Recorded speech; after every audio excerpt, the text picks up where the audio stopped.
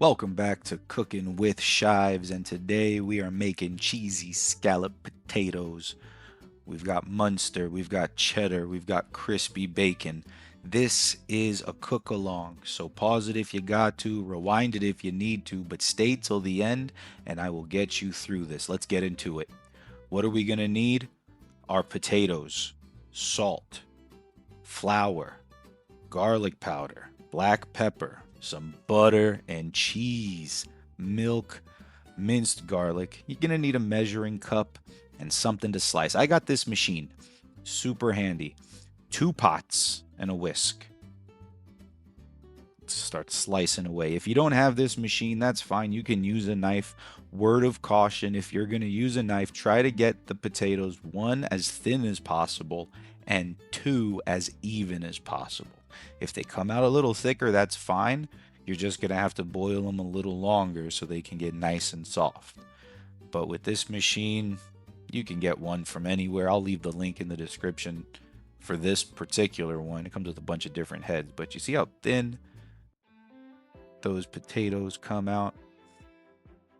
Those are going to layer up. Those are going to cook real nice. Now, it takes a while to slice up that many potatoes, so just have some patience. Like I said, pause it if you need to.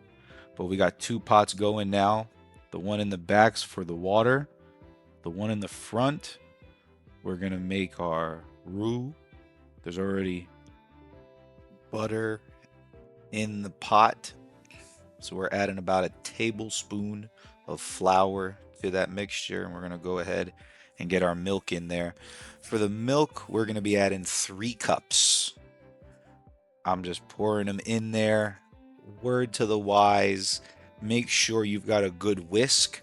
I dumped it in there, and if you can see, there are some clumps. Generally, you want to pour the milk in slow so the flour has some time to break up and it doesn't clump. I don't know why I did it this way. Generally, I wouldn't, but learn from what I made a mistake there.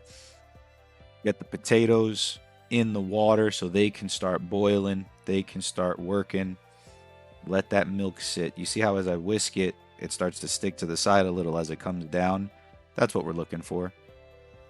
Starting to thicken up. Tablespoon of garlic, teaspoon of black pepper, teaspoon of salt. Mix it all up. And that's sea salt, so it's a little stronger than your regular salt. That's why I use it. So that's why I just need a teaspoon.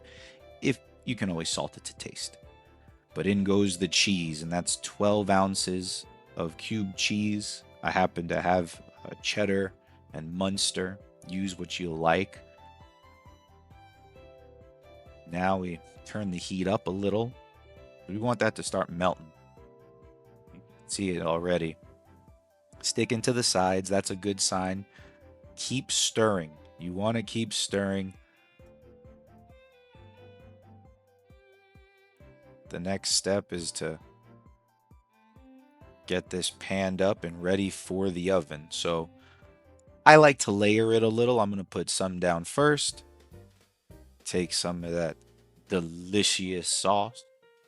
Put it on top, move it around, get the next round of potatoes, throw those in there. Then I'll take the rest of this cheese here in just a second. Put it all on top. There you go. Look at that. And you just dump it right on, even it out, move it around. It's going to be fairly liquidy, so it'll fill in the little cracks and crevices and get where you need it to be. From here, in the oven it goes. I took an extra tablespoon of minced garlic, sprinkled it in, spun it around. Just a little extra flavor. We're going to go in with the bacon. That's 2 cups of bacon bits, bacon crumble. Put that on top. Gonna spread that around. Get a little bit everywhere. Now you could add more bacon if you want. I didn't want to go crazy. I wanted to save some bacon for later. But there you go. From here, we're going to add that shredded cheese. We're going to sprinkle some of that right on top. Just a handful. Right, pretty much right around where we put the bacon. Get that in there. And that is going to go in the oven at 325 for 15 minutes. When it comes out, I recommend you let it cool. You're going to want to try some. You will burn your mouth off. Look at this. It's like lava. Amazing. And when you try this, please leave a comment. Tell me how it came out. Tell me who you made it for. Was it for your wife? Was it for your husband? Was it for your kids? Was it for your neighbors? Here's the mistake. You see the steam coming off that stuff? It was so good, I didn't even care. Too hot to handle. Amazing.